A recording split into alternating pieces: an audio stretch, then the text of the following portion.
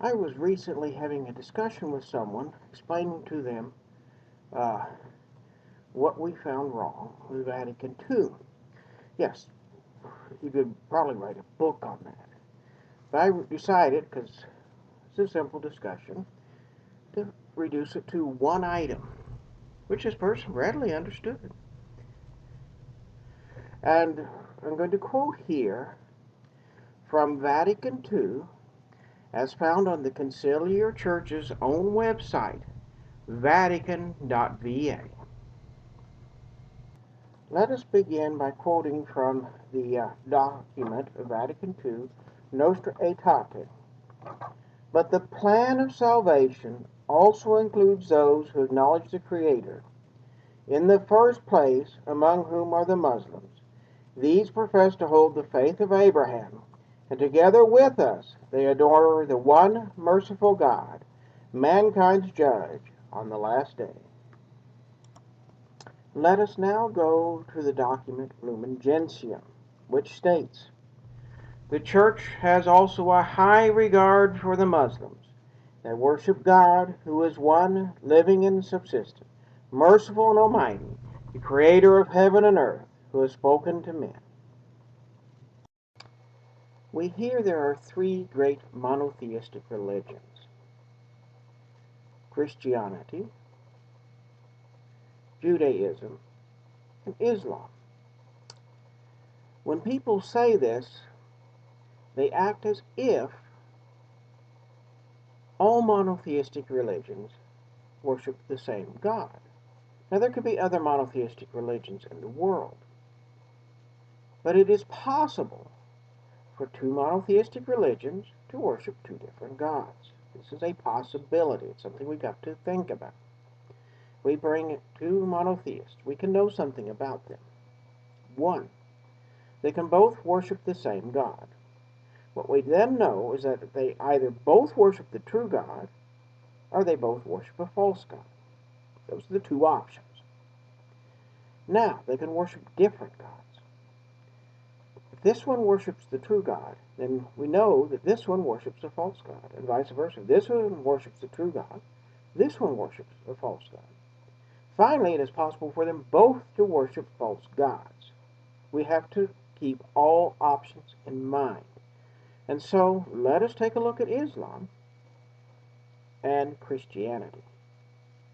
Do we worship the same God? Let us now go to the Dome of the Rock, which is a Muslim shrine. It's not actually a mosque, which I didn't realize until recently. There are two inscriptions on the Dome of the Rock.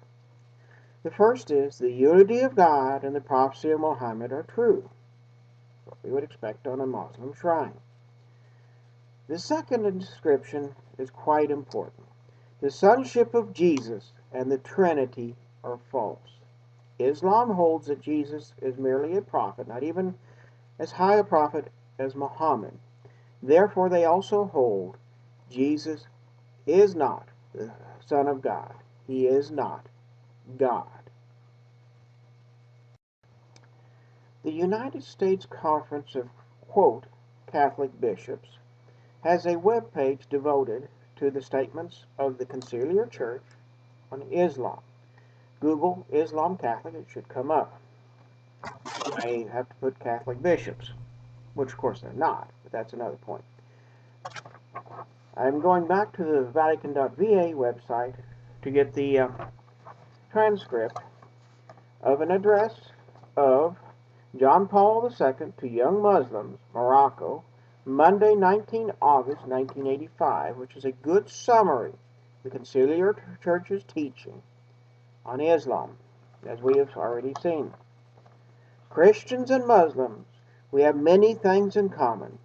As believers and as human beings, we live in the same world, marked by many signs of hope, but also by multiple signs of anguish.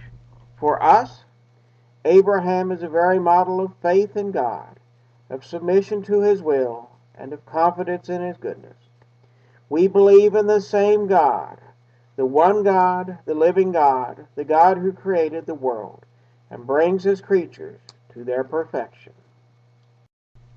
Let us analyze this now. Vatican II says that Muslims, that is the religion of Islam, worships the true God. John Paul II very clearly stated, we believe in the same God, speaking to Muslims. I believe he does believe in the same God as Muslims. And so does the Conciliar Church, the church founded at Vatican II. But do Christians believe in the same God as Islam? We believe in God, who is Trinitarian, Father, Son, and Holy Ghost. We just saw Islam does not. We went to the Dome of the Rock. Islam states clearly at the Dome of the Rock, the sonship of Jesus and the Trinity are false. Therefore, their God is one, a single person. Our God is one God in three persons, the Holy Trinity. These are two different gods.